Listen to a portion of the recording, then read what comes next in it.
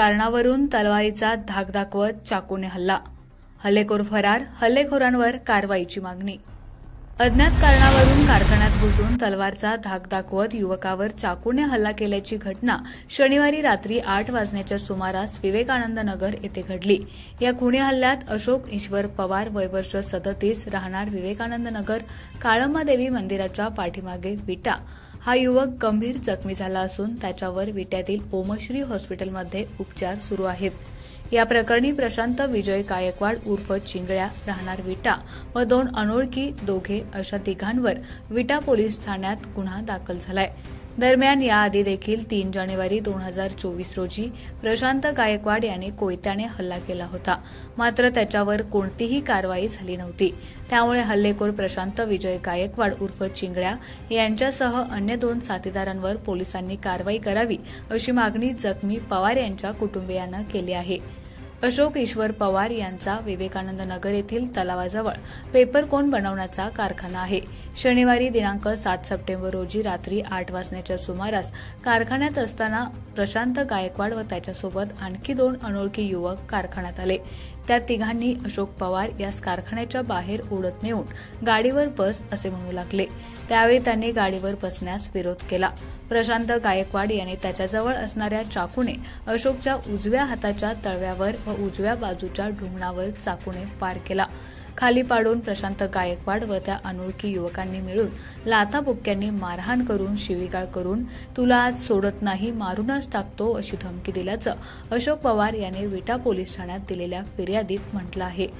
पुढील तपास police constable Hake करत आहेत।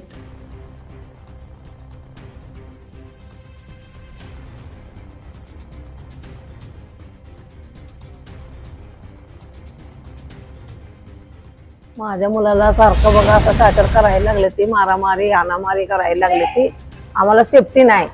आम्ही घरात दोघं असतोय, आमच्याकडं कोण नाही दुसरं काय, आता मग आम्हाला काहीतरी करा।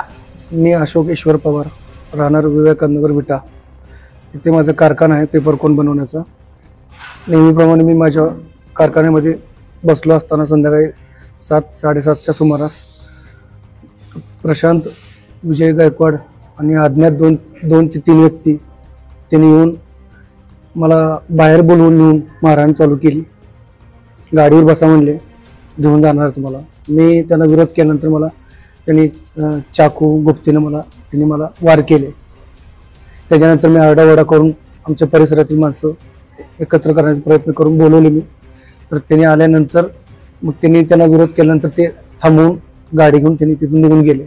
तलवार होती, गुप्ती होती, रात्री काल केस फिर्याद केलेली आहे। त्याच्या अगोदर सुद्धा मला 3 जानेवारी रोजी त्यांनी सेम प्रकारे हल्ला केला होता। अद्याप त्याच्या मला न्याय मिळालेला नाही, पोलीस स्टेशन कडून कसल्याही प्रकारचे उदात गेले नाही। आज 9 महिने झाले या गोष्टीला। 3 जानेवारी 2024 रोजी सेम घटना माझ्यावर सेम व्यक्ती सेम घटना घडली होती। कारण काही सांगितलं त्यांनी, डायरेक्ट येऊन मारहाण सुरुवात केली। त्या दिवशी पण सेम तसंच घडलं होतं। त्यावेळेला मग कोयता तलवार घेऊन आले, 3-4 व्यक्ती होत्या।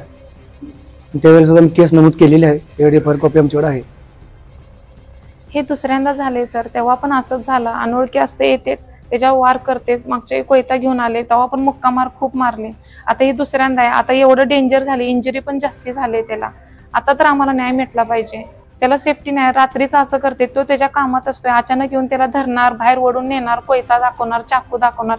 आता तलवारीने किती वार केलेत त्याला, जीवाला त्याच्या किती धोका आहे, त्याला न्याय दिला पाहिजे। मग आम्ही हे रिपोर्ट दर्ज केलेले आहे, आम्ही सगळं सांगितलेलं आहे। 9 महिने झाले त्या गोष्टीला, काहीतरी लवकरात लवकर झालं पाहिजे सर, त्याला धरलं पाहिजे लवकरात लवकर, अटक केलं गरजेचं आहे आता त्याला। एका वर्षात दुसऱ्यांदा घडलेला प्रकार आहे, ह्याच्या आधी पण झालं 8-9 महिन्यापूर्वी। त्याच्यापाशी ह्याला पाठीमागे नेऊन मारतो, कसं बस ह्यानं मला फोन केला, आम्ही सगळेजण गेलो, ह्यांचे पप्पा आम्ही सगळेजण पाठीमागे गेल्यानंतर तो गेला पळून। त्यानंतर 8-9 महिन्यानंतर आत्ता सुद्धा तो आलता, काल रात्री 8 वाजता। हे एकट्याला बघून बाहेर ओढून नेलं, मी पण होतो फॅक्टरीच्या पाठीमागं, तर ह्याला धरून बाहेर नेऊन मारलं। हे असं घडू नये, हे दुसऱ्यांदा त्यांनी एवढं केले, तिसऱ्यांदा ते काय करतील पुढं, त्यासाठी ह्याला न्याय मिळावा, काहीतरी पोलिसांनी याच्यावर कारवाई करावी, लवकरात लवकर करावी, हीच फक्त इच्छा आहे। 9 महिन्यापूर्वी घडलं होतं ही असंच गोष्ट, परत आणि हीच आम्हाला ताप द्यायला लागली। ती आमचा धंदा आम्ही बघत असते, आमचं काही कारण नसतंय, पण तरी बी पोराला त्रास द्यायला लागले. ते मागला खेपात मुक्का मारून तर हत्यार मारल्यावर कोयता ठेवला होता. कोयता मारले होते. त्याबरोबर खोरार आणि हत्यार घेऊन आली ती. परत बंदूक घेऊन आली ती. आमचा आम्हाला न्याय मिळावं आम्ही हेच अपेक्षा करतो.